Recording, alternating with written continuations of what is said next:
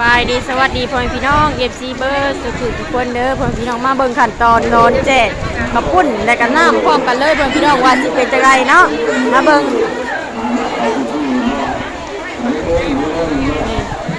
ทางนี้เป็นน้ำเนาะพ่อแม่พี่น้อง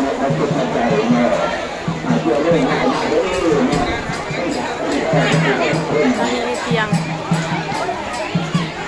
กำลังพร้อมแจกมาเด้อนำมาเบิ่งน้ำกันพ่อแม่พี่น้องน้ำตัวมือยืนพี่ก็ได้เพราะว่ามันประมาณนี้แหละมายืนให้เบิ่งนี่น้ำกล่องสบายในร้าน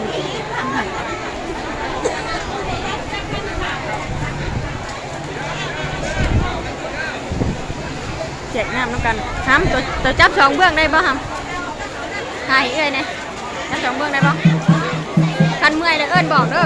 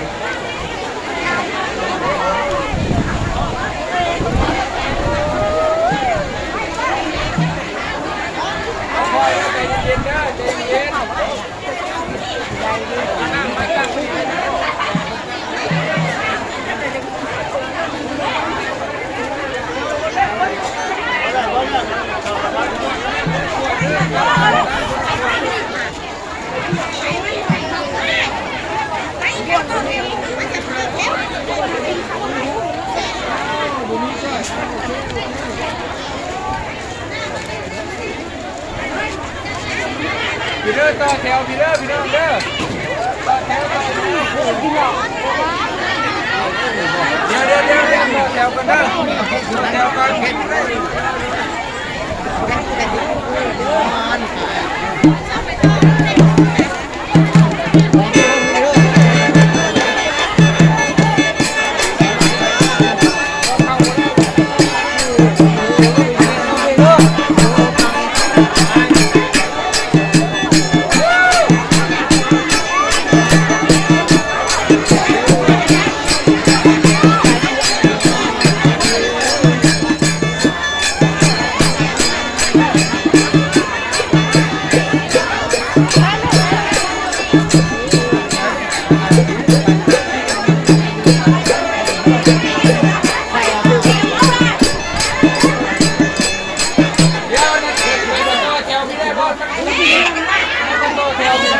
มันเต็มข้างกูจะเห็นงานเลยนะมาต่อแถวนี้มาพี่โอ้ยเนาะได้หรอกรับประกันได้มันทุกคน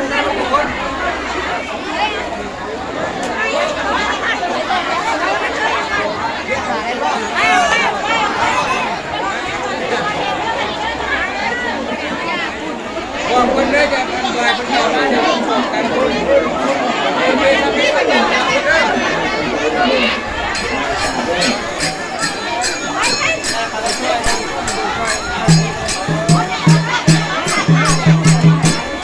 บอกส่งคน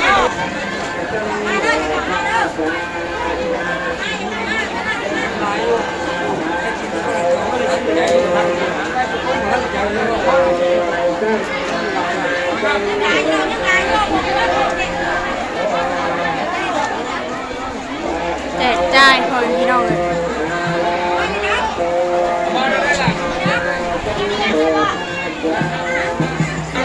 แจกจ่ายกับปุ่นคนพี่น้องเนาะกับปุ่นทั้งน้ำเนาะคนกะเลี้ยงเตี๋ยวกันมาเอาพี่น้องเลยทางนี้ก็เป็นน้ำมอนอกคนพี่น้อง3-4ทาง